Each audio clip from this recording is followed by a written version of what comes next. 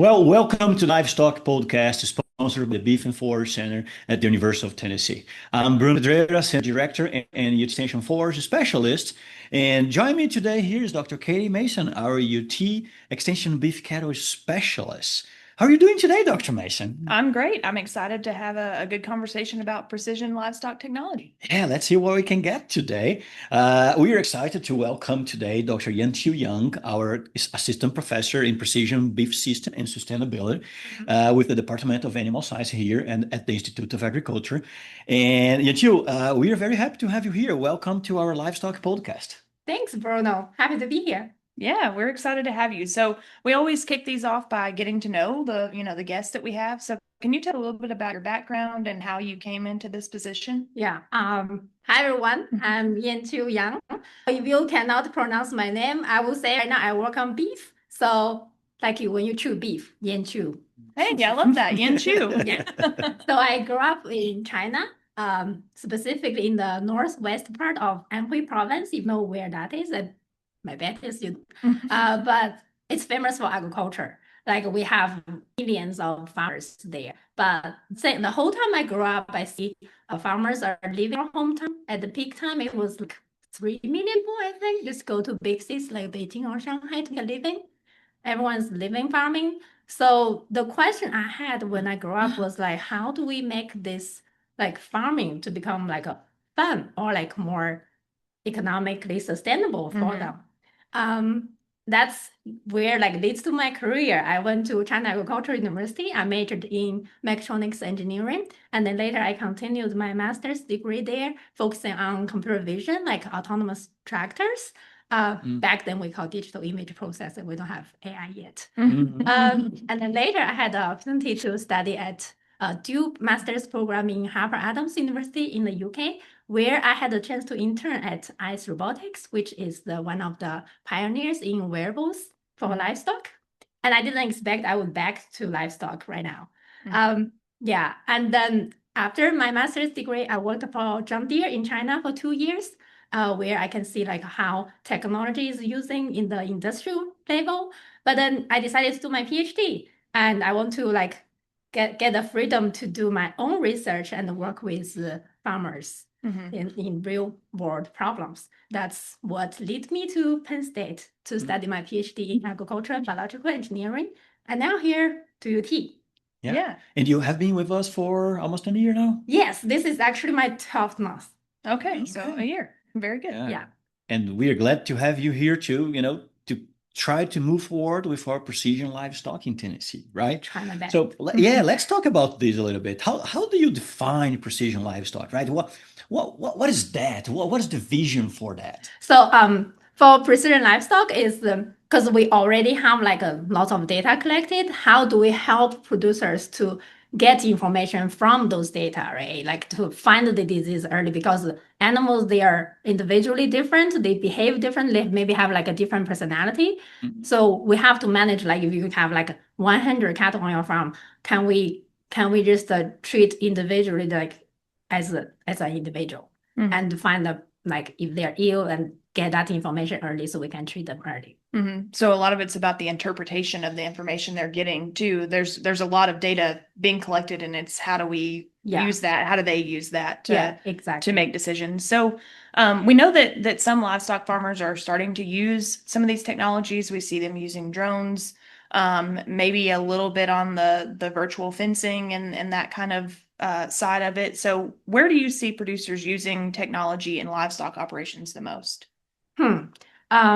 Well, for this would be like a species kind of different. What I see is like mostly commercialized technologies on dairy cattle, like then comparing to dairy, like on beef cattle, because it's like in the open field with the changing environment, there's not a lot of commercialized technology there yet. So I guess that's why I'm here, and there's challenging, there's always opportunity to do things. Sure. Yeah. We have been seeing a lot of drones getting into the market as well. I think that's every once in a while we'll face a producer they're starting to use to, sometimes just to see the animals, to check their pastures. How do you see drones getting into this discussion? Do you feel like there is room to, every farmer has a drone in Tennessee and use it in somehow? Oh, Well, like I think the best technology, you also have to consider the cost, right? Mhm. And Yeah. one thing is we know for sure drones will work, but then how much is that technology for farmers? Can everyone like afford it? Or will it become like just a service? But I do see the opportunity like to use drones to spread the pasture and monitor animal behavior. Like just find your animals maybe like during disaster, like when we have flooding happen, like try to find them. Well, I mean, like we're already doing great job, like here Bruno and Katie here at UT using like these kind of technologies. Yeah, it can be really helpful to help respond to some of those, events that we don't have all the time. So, so you mentioned cost being a barrier to adoption. As far as other barriers or things that would keep people from adopting these technologies, what are some other ones that you can think of, and how could we address those on, the extension side and even on the research side? I think the biggest one I can think of right now, maybe it's like the perspective of like producers or farmers. Because like when we say, oh, artificial intelligence and robots, maybe they're like, oh, they're going to take over my job. Like tomorrow, the farm will be autonomous. But I don't think that's the case. Our goal is to use this kind of technology, try to support their work. Like maybe just the one day reduce the amount of the time they spend on the farm, right? And I think that's the goal. Yeah, that's something that I've had in conversations about the virtual fencing is there's this question about whether it makes you a better farmer to have these technologies or maybe a less someone who's paying less attention to your cattle. And the argument I guess I've heard in support of these technologies is it gives you more time to interact with the animals. You can be out in the herd looking and observing and doing things you need to be doing instead of opening gates and fixing fences and that kind of thing. So I think I try to view it from that perspective of it will make people better at what they do rather than, take over. I agree. I totally agree. Because like they already, I think producers, like farmers, they know everything. They have to take care of everything. Like they already collect the data. Oh, maybe this cow is sick. I need to spread that pasture right now. And then maybe they write down all the information on a napkin. But then with technology, we just can help them with, for example, computer vision with cameras. We can monitor the cattle like 24/7, but they don't have to be there. And then we can collect all the information and support them to make the decision. Yeah. You just mentioned something that I think we already talked about this, that how can we use these technologies to make sure that we are making the right decisions, right? So the use of drones, for example, to help us with weed control. That's something that we can see that's coming. What is your view on this? How do you think we can use those images and make decisions? I think we already talked about trying to keep clovers in the farm or, and you spray for broadleaves. How do you see that we can put all of this together in perspective for the next few years? Yeah, so like my background, I have both like I can do hardware and vision part. Like when you said like spray like protect clover, then we need to see what is clover, like from a like computer vision perspective. From the camera, it can decide for you, oh, here we have buttercup, and here we have clover. So we can targetedly only spray the weeds. This way, we can save the input, the chemical, and it's also environmentally sustainable. It's also economically sustainable for. Yeah, I see that with that technology can be really an asset for us that will help us to fly a drone, identify the spots in the pasture. Because spot spray is something that we talk a lot, right? We don't need to go there and just spray the whole pasture. It's expensive, it takes time, and you kill the good clover. We don't want to do that. So having something like you just described that will be able to see that pasture and tell us where, even if you don't kill 100% of your weeds, right? If you can kill 80% of them and keep your good clover there, I think this is something that will be really, a benefit for our producers in Tennessee. And I think too, one thing about the drones that maybe is a lack of understanding about how they work. It's like, well, if I get a drone, I'm going to have to fly it, and then I'm going to have to like make the decisions based on all, the time that I spent going over that. But what you're saying is like it's got this automatic vision, right? Yeah. And so I think that's an important part to just reiterate is like it doesn't give you another job to have to do. You're not going to be flying this drone. It's making the decisions on its own because of that computer vision. So I think it's just important to point that out, that it's not adding another thing that you're going to have to do, more of. I guess it's doing work while you're doing other work. Yeah. Kind of. Yeah. So. Or when you're drinking beer. Yeah. Yeah. One of the things I think we already talked, even when you came to interview here, I remember when we start all of this conversation, I told you that as a livestock farmer myself, I would love to wake up one day, hit a button, and a drone flies outside, goes checking everything, comes back, everything downloads in my computer, and I will know my forage mass, the animal health, and where they are. What is the next pass that we need? Katie and I were always trying to convince farmers that they need to know where the animals are, what is the next pasture, how you're going to move them. How far are we from all of this? Am I dreaming like are we talking about 100 years? Are we talking about 10 years? Will Bruno be too old to use the technology? Am I going to be alive to see things like this? Because I feel like we have all the technology, right? Yes. We have the drone that can fly. We have all the wearables that we can have in the animals. We have some of this fencing material that they will open the fence, they will shut the fence. So I feel like the technology is popping up every day. Mm-hmm. If we were looking at those precision livestock things, every week there is something new.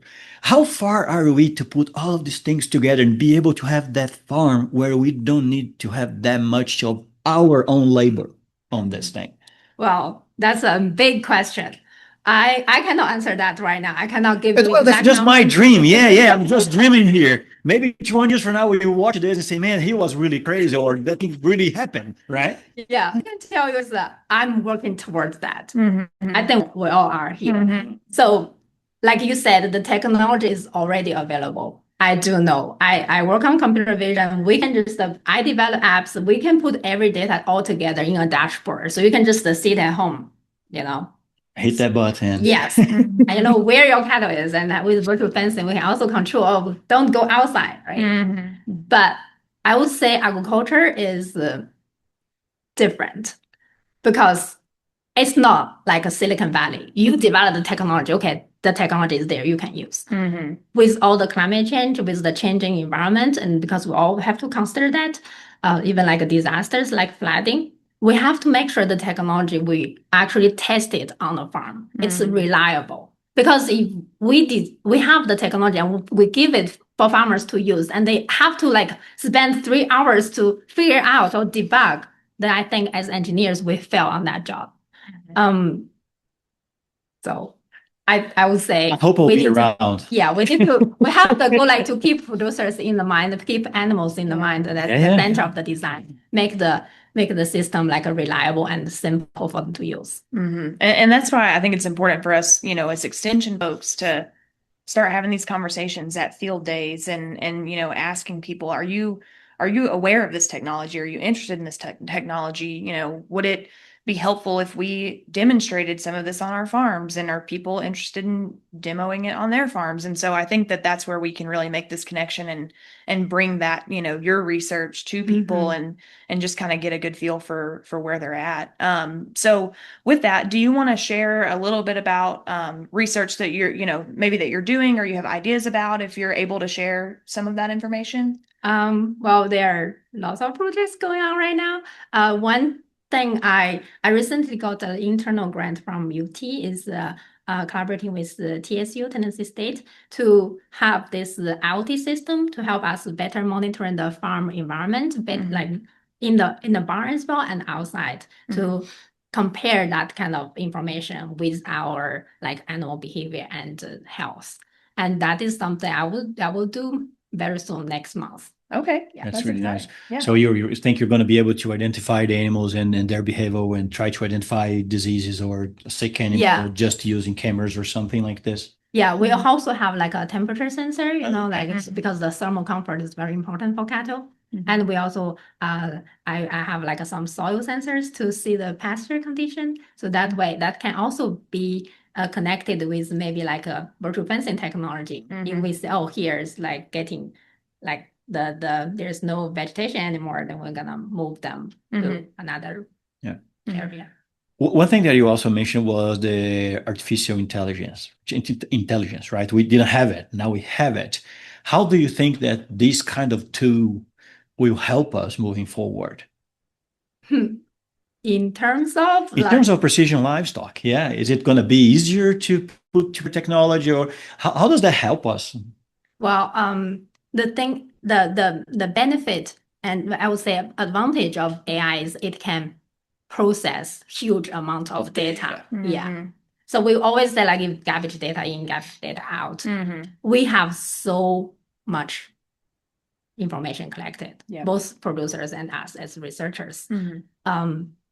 With AI, it's gonna be quicker to Mhm. identify the ways and make because I think the ability is to find the pattern within all the data. Because for human ourselves, we see so messy data out there. It takes time to try this Mhm. model and that model. But then with AI, it's gonna be making this period, like developing period, much shorter. Yeah. And that's one thing I think about when we talk about adoption of these practices is people being intimidated by, again, the interpretation of that data. And so like, if I'm a producer and I want to use this tool, I don't want to have to learn, coding and data cleaning and all of that, but Right. AI can do that and give me a readout, that says, make this decision based on X, and it has gone through all of that information for me. So Yeah. I really think that's where I could see it. Because I making already we already use like lots of language model like Yeah, ChatGPT. exactly. Yeah. Like everyone can become like